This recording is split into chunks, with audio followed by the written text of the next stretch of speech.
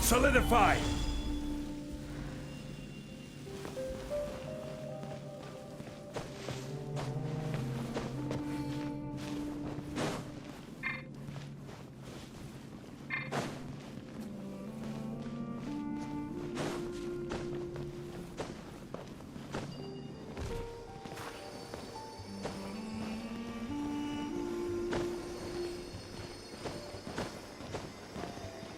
Quake!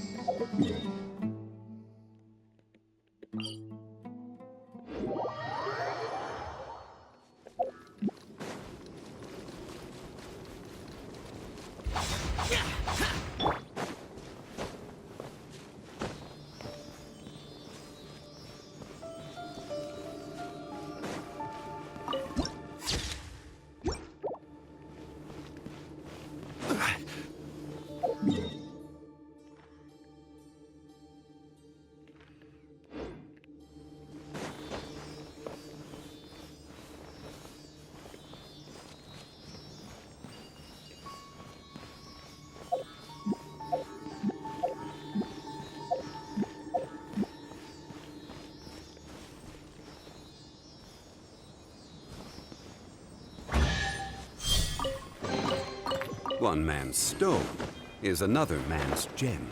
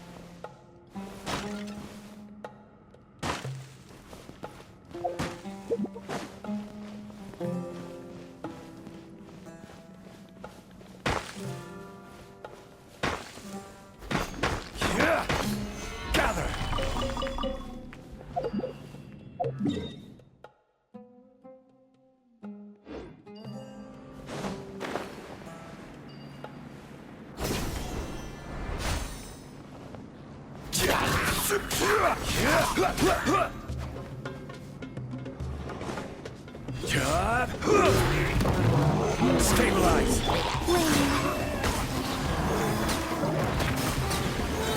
A moonlit night for all.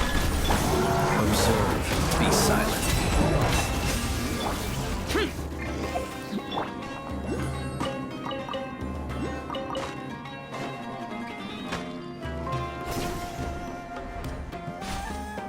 This is order.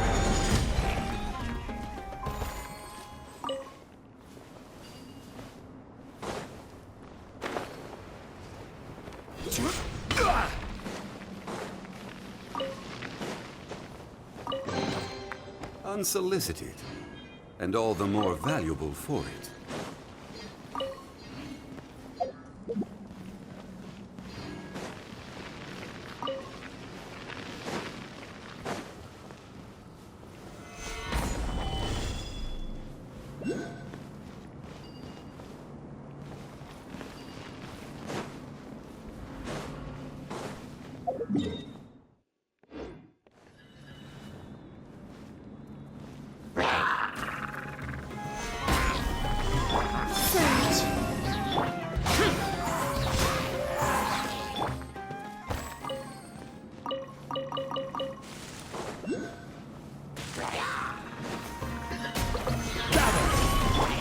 Close your eyes. Night falls.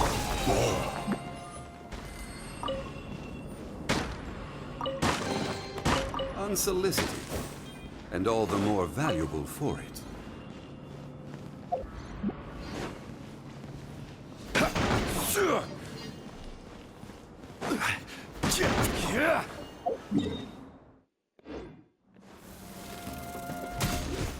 Stabilize!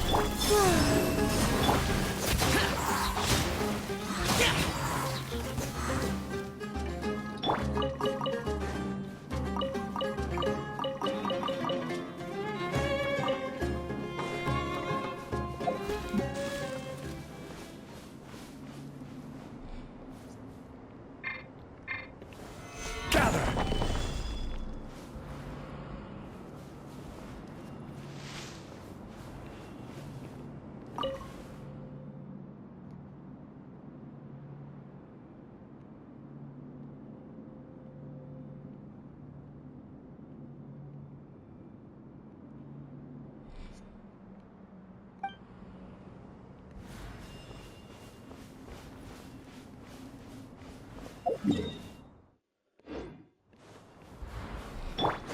Useless. Boring.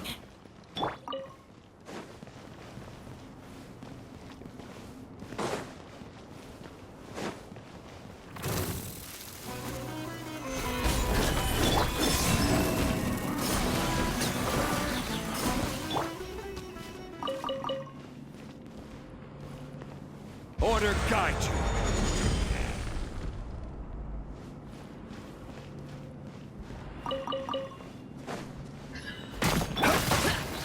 Useless. Stay.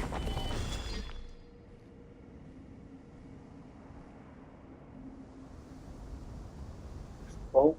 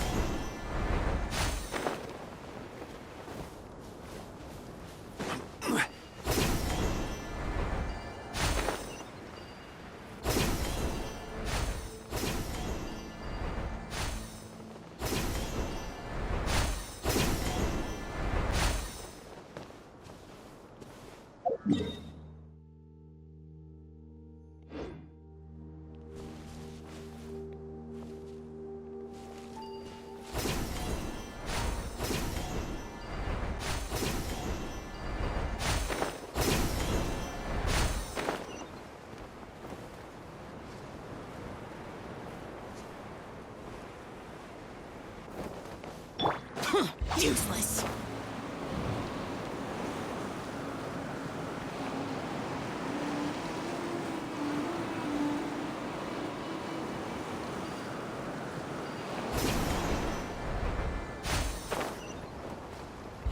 Useless. Boring.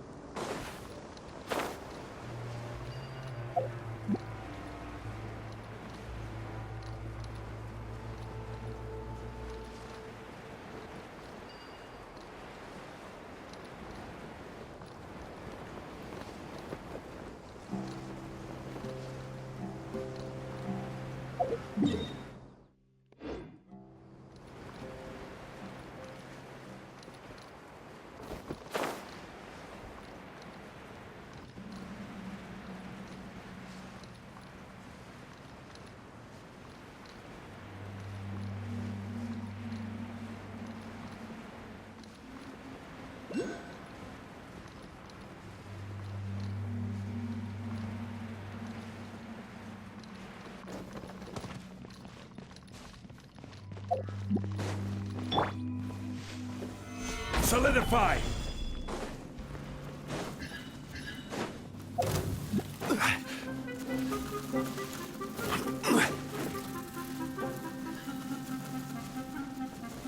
Stabilize! Be silent to dust!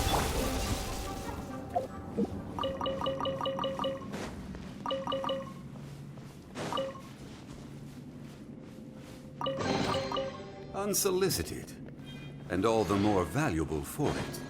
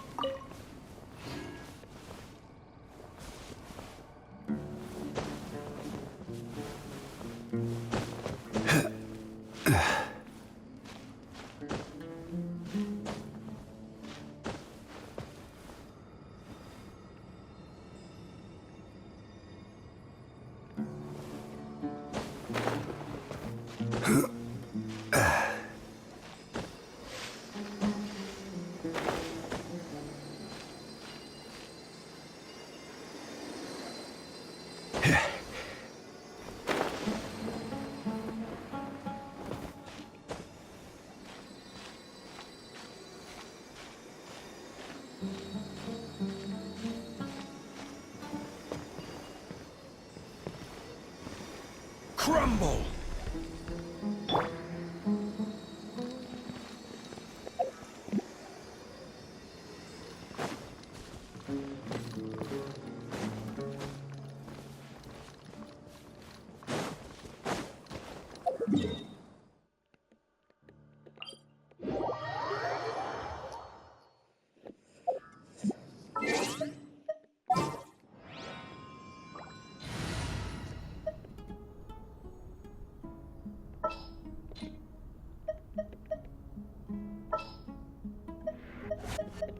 Just what will we...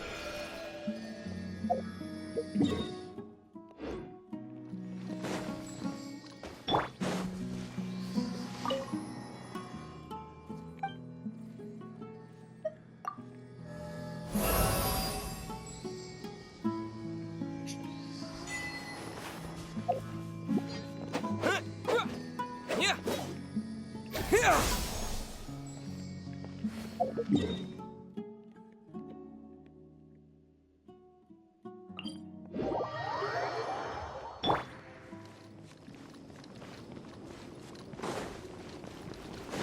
Useless. Useless.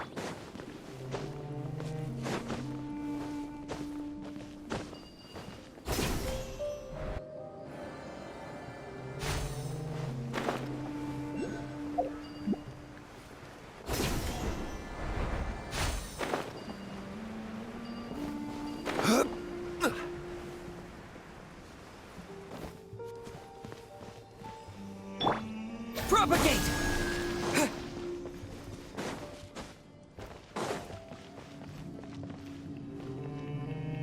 Scatter!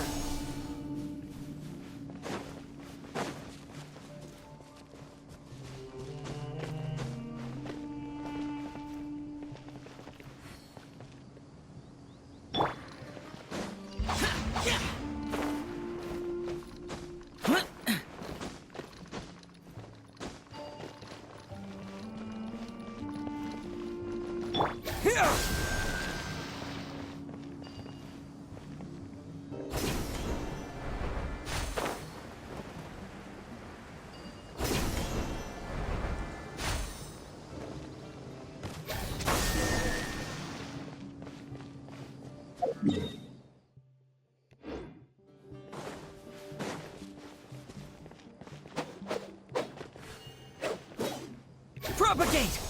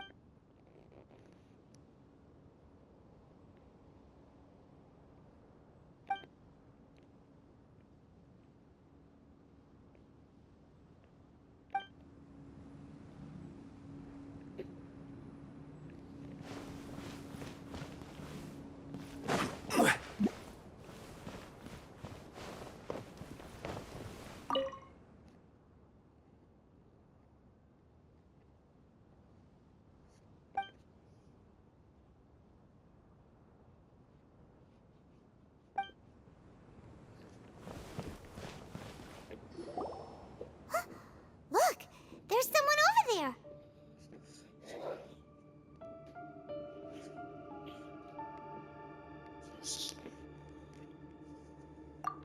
Good idea.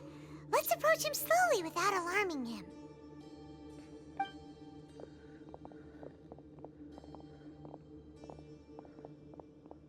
Wait.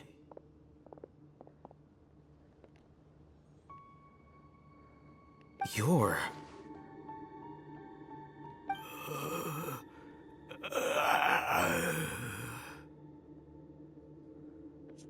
He can't speak, and his eyes are unfocused.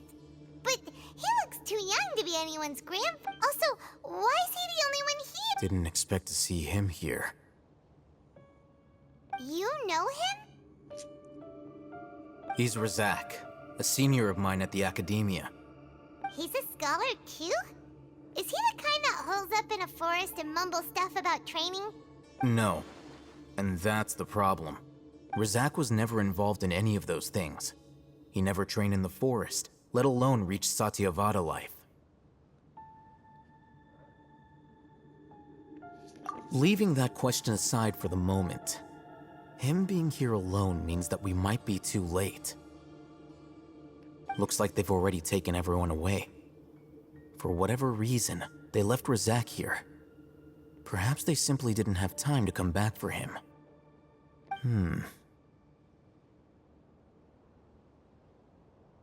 There are drag marks on the ground. They're clearer by the doorway. Someone was forcefully drawing a cart that was loaded with something heavy.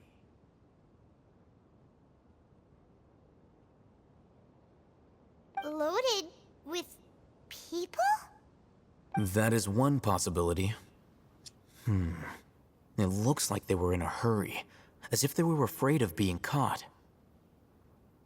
In their haste, they failed to notice Razak hiding in a corner.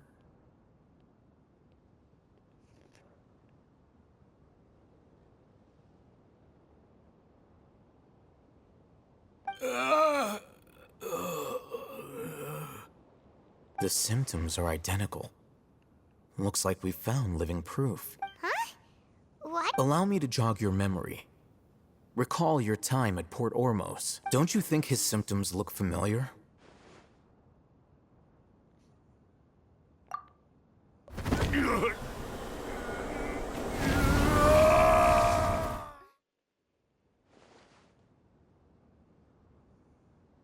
Oh, now that you mention it, they're acting the same way.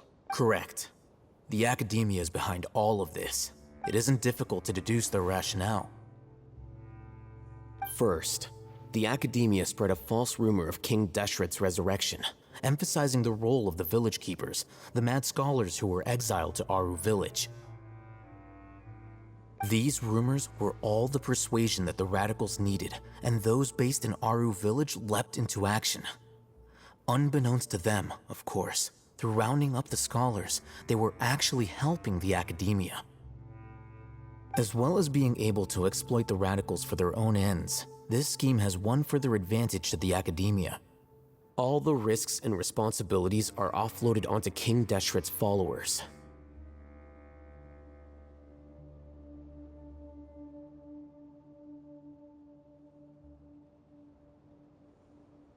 Life for the desert dwellers has been brutal ever since King Deshret's death all those years ago. Beneath the surface, feelings of desperation are widespread.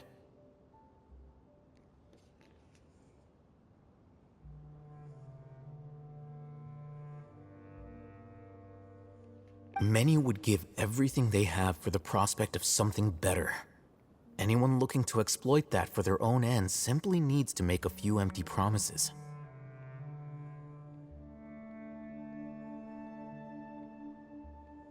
Even if complications arise, people will see that those involved are all followers of King Deshret and look for no further explanation than differences of belief. A deep-seated mistrust of the desert and everyone in it by the rest of Sumeru will make sure of that.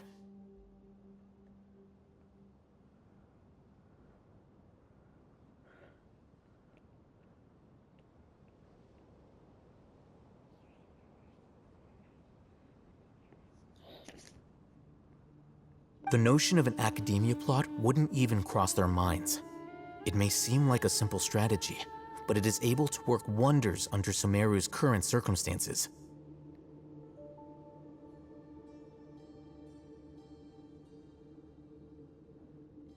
Oh, that makes a lot of sense.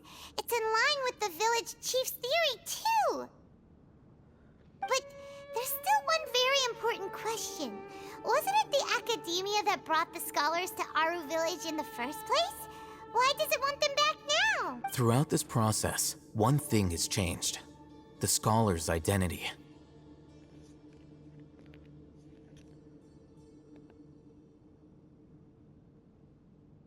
First, they were scholars. Then, they became lunatics. After that, they were exiles. And finally, they become missing persons.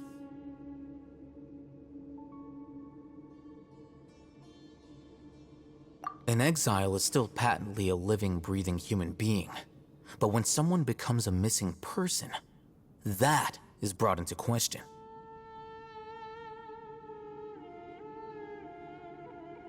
If you can't find someone, you have no way of knowing what exactly happened to them. That makes missing people an ideal resource.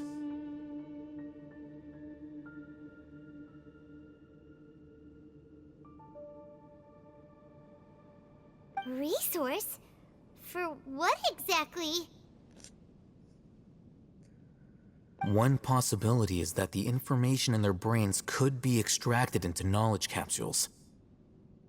Extracted? You mean canned knowledge comes from people's brains? With the technology of the Sumeru Academia, it's entirely possible. Perhaps the process caused them great suffering, which is why they cry out in the dead of night when no one is watching them.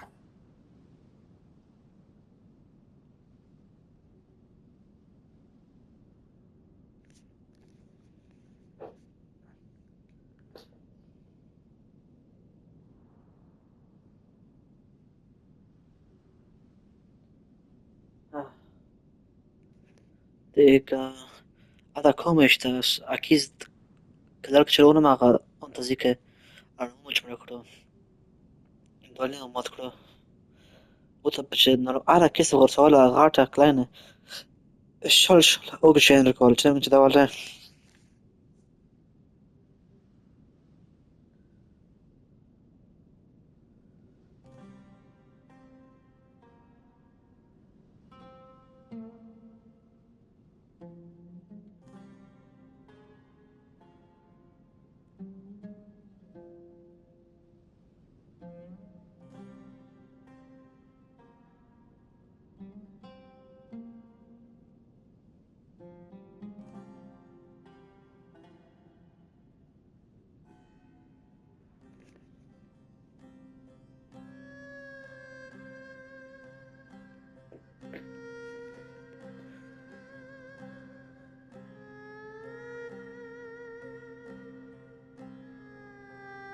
So, the human brain... Nope, nah, Paimon doesn't want to think about this. I'm the Academia scribe, after all. I'm familiar with their projects.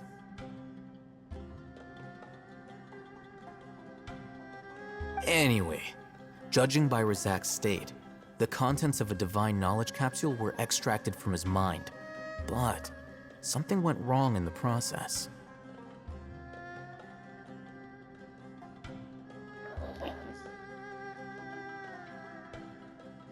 Or perhaps his curiosity got the better of him, and he used such a capsule for himself.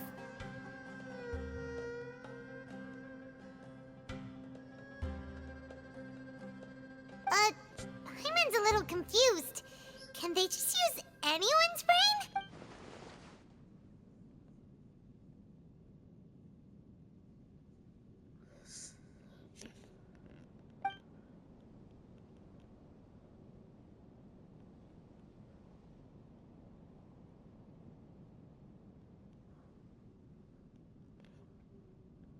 The look on your face tells me you've realized the answer.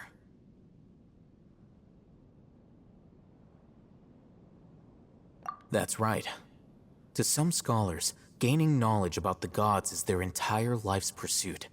Extracting canned knowledge is just one of the extreme measures they turn to.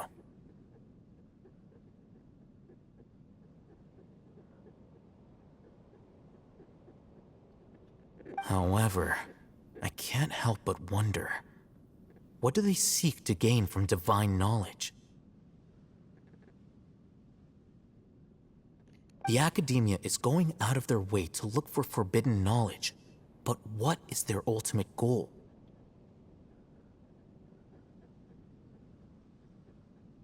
I've spent quite some time trying to analyze the contents of the divine knowledge capsule, but to no avail. It seems like my way of thinking is too different from theirs.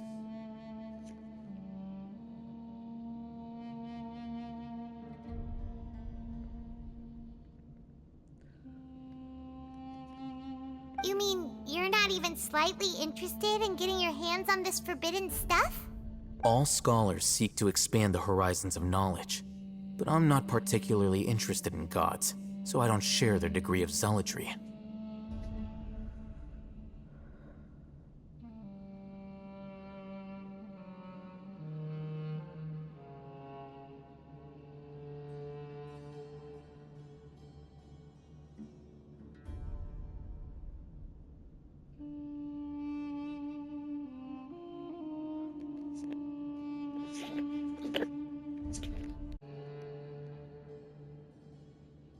Extracting information from people as if they were lifeless objects?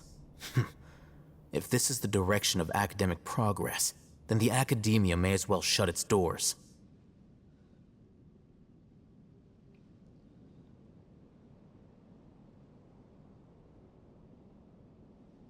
Sounds like you're really against all this. Of course. The Academia's actions run contrary to their rules. Whether it be academics or knowledge, everything has its boundaries. If those lines are crossed, the rules and order that govern everything in the world will be destroyed.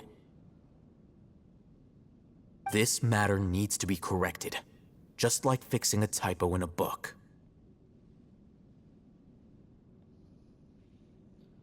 Wait, didn't you step in to help because you felt sympathy for those poor people? Not to be callous, but no. My criteria are a little more restrictive. There is no shortage of suffering in Sumeru, and the same can be said for the rest of Teyvat as well. What do you plan to do about that? Save every last person?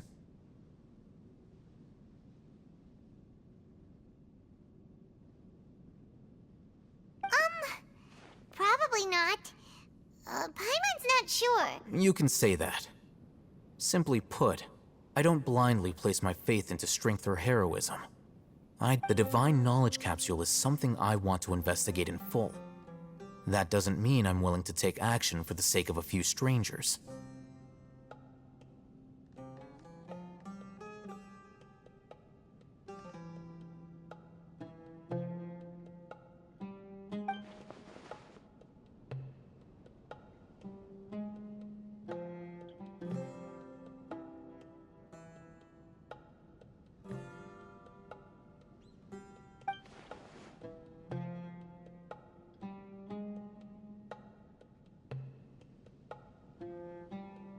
Paimon's been wanting to say this for a while.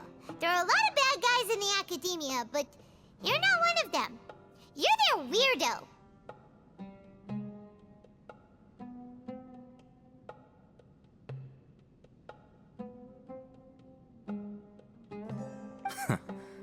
You're probably right. Though I must say, I quite enjoy this feeling of being the odd one out. Uniqueness is also an asset, is it not? Wow, that's a great way to think about it. Paimon's really impressed. If only Miss Shani had a similar mindset. I'm just a more likable person than her in general. There's nothing more to it than that.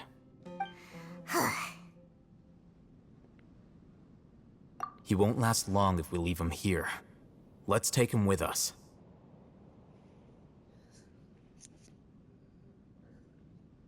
We'll work out our next step after we return to Aru Village.